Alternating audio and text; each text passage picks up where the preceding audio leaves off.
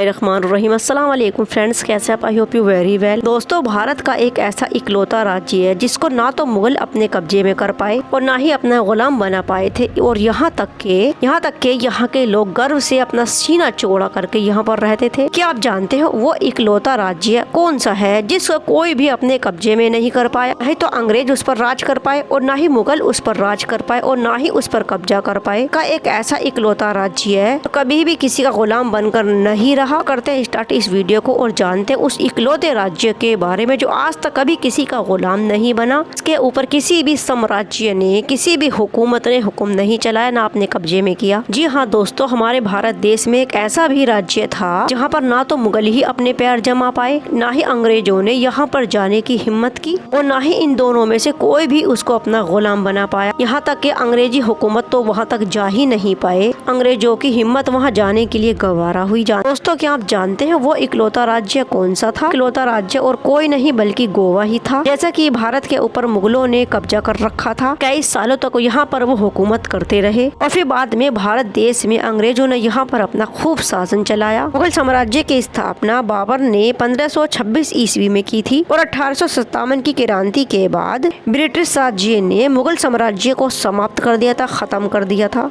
भारत को उन्होंने अपने कब्जे में ले लिया था और कई सालों तक उन्होंने यहाँ पर हुकूमत की और राज किया। और अंग्रेजों का शासन भारत में 1858 में शुरू होकर 1947 तक चला था और अंग्रेजों ने भारत को आजाद नहीं होने दिया था और यहाँ के संसाधन को अंग्रेजों ने जम कर लूटा, क्योंकि कभी हमारा भारत सोने की चिड़िया हुआ करता था, लेकिन अंग्रेजों ने उसको लूट कर बिल्कुल ही खाली और कंगाल कर दिया। इतना नुकसान तो मुगलों ने भी भारत का नहीं किया था, बल्कि मुगलों ने तो भारत को ऐसी ऐतिहासिक इमारतें दी थी जिससे हमारे भारत का नाम सारी दुनिया में रोशन हुआ। मगर इन सब के बीच में भारत में एक ऐसा भी राज्य था जहाँ ना तो मुगल ही पहुँच सके और न ही अंग्रेजों की जाने की हिम्मत हुई, और वो राज्य गोवा था। और गोवा भारत का एक ऐसा इकलौता राज्य था जिसके ऊपर ना तो मुगलों ने और न ही अंग्रेजों ने कब्जा किया। हालांकि गोवा भी उस वक्त गुलाम ही था, क्योंकि सारा देश गुलाम था, लेकिन यहाँ पर पुर्तगालियों का शासन हुआ करता था और पुर्तगालियों ने गोवा के ऊपर तकरीबन 450 साल तक राज किया। और फिर 14 साल के बाद मार्च 1510 में अल्फासिदा अल वुकर ने पुर्तगालियों को गोवा पर उनके ऊपर अटैक किया और बिना किसी संघर्ष के ही गोवा उनके कब्जे में आ गया था।